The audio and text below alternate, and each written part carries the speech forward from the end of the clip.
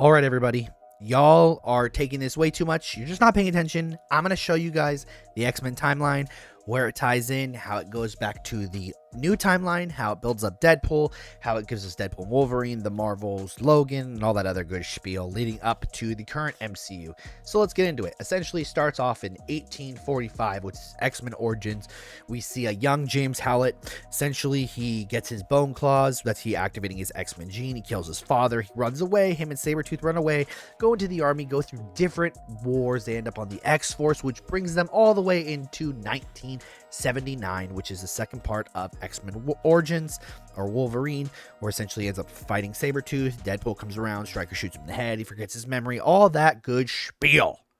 Next up, 1962. So go back a little bit, which is X-Men First Class, which isn't as important, but introduces us to Charles Xavier, Eric or Magneto, Mystique, all these other characters, and gives us a build up to these characters where then Charles Xavier gets shot and becomes crippled. We see how the humans don't like the X-Men and how they're kind of building up this thing for peace, where at the same time we see Eric build up his brotherhood in the very end. So with that being said, from Wolverine, go to 2003, which is X-Men #1 and X-Men #2 United. Pretty much at the end of X-Men United, Jean Grey ends up dying in the water, and essentially all hope is lost. People are sad. Scott is depressed, yada, yada, yada. X-Men 3, or The Last Stand, the revival of Jean Grey, saved by the Phoenix, which essentially went under the water, saved her. She comes out, she kills Scott, she kills Charles Xavier, she kills hundreds of mutants and people. There's the fight on the Golden Gate Bridge where they find out there is a cure to this X-Men gene, and they essentially stop people from having their powers, such as Magneto and other people. And it takes Wolverine at the very end to stab the love of his life, aka Jean Grey, aka the Phoenix, to stop her. She dies. At the end, we see Magneto, and essentially Magneto is getting his powers back, and everybody mourns the loss of Charles Xavier. Next up, you have X-Men Wolverine, or The Wolverine, which is Logan goes to Japan. From Japan, he meets Yukio. Yukio needs his help, something about to do with his grandfather, but she sees this vision where essentially at the end, Wolverine is holding his own heart. But we find out that her grandfather is the Silver Samurai, who essentially wants Logan's powers, who will give him the ability to die and to not be suffering anymore. Logan goes through with it, ends up getting his bone claws back, but then ends up killing the Silver Samurai. We don't see how he gets his powers back. Him and Yukio go on a jet, opens it up, gets the iconic cowl, doesn't wear it, flies off. Once again, 2013, until 2023 rolls around.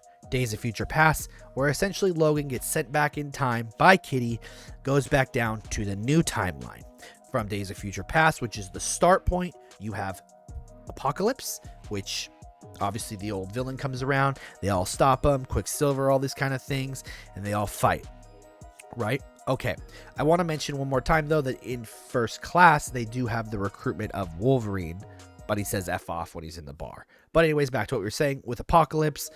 They go, they kill Apocalypse. Then you have Dark Phoenix, which essentially Jean Grey ends up dying after she uses the Phoenix Force to fight the Skrulls, and she disappears.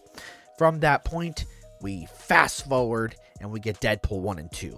Obviously, we see the young X-Men in the mansion in, I believe it's X-Men 1. And he's like, oh, there was not enough budget. Obviously we have Colossus and Negasonic Teenage Warhead and another Yukio, a different Yukio. So essentially then from Deadpool 2, Cable comes, the whole thing, they stop Cable from killing, I can't remember that kid's name. But anyways, at the end, Deadpool takes his temp pad, brings back Vanessa, brings back a lot of the X-Force, brings back a lot of those people, and essentially then goes different points in times, changing stuff, getting rid of the Deadpool, that weird Deadpool with no mouth, getting rid of the Green Lantern, seeing Wolverine, saying, hey, there'll be a team up soon, stuff like that, and so forth. But then we get to Deadpool and Wolverine. You find out in Deadpool and Wolverine that essentially Deadpool was going around and he was using the temp pad. He then at some point destroyed it. He is then celebrating with his friends, and the TVA come knocking to his door, pegging joke, all these kind of jokes, and yada yada, so forth. To which then he goes with Paradox. Paradox says when Logan died in 2029, it sent a ripple down the timelines, or the timeline, and essentially their universe is going to be destroyed. It's slowly destroying itself. And from that point in time, Deadpool punches Paradox in the nose, breaks his nose, takes the TVA pad, and goes forward in time, goes to Logan. Logan is dead. The reason why we know that is because those TVA agents are the same ones, and that one guy at the very end, Deadpool throws the katana down at the ground and kills him, and it says, "Keep my country name out of your mouth." That one goes and looks for all the different Wolverines, ends up on the drunk loser Wolverine, brings them back to the TVA when Paradox mentions broke his nose and killed his men. Ta-da. Goes back there, realizes that Wolverine is the loser one. You know, they are holding hands at the end, and they become the dual anchor, and it replaces Logan. Now, in that time, it is 2024. Logan is there. Wolverine is there. Daphne Keene's X-23 is there, and the younger X-23 is there. Logan will eventually die. It'll go on like normal, but I do want to mention one thing.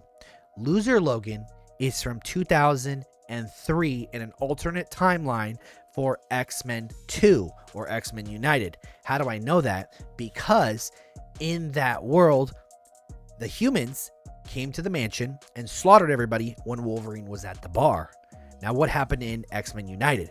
Stryker came to the X-Men mansion and was trying to slaughter them all and trying to take Wolverine, but he was saved by Iceman's wall, and they got away. Same spiel.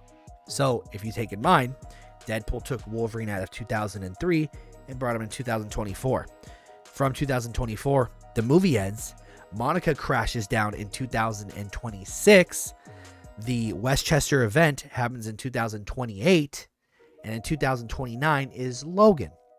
Now, whether or not the events of the Westchester and the Logan events are altered and they just kind of go away or whatnot, we don't know. But you have to take in mind, it is not out of the normal to have two of the same characters at the same time. As Steve Rogers from Endgame went back in the past and lived while the other one was under ice.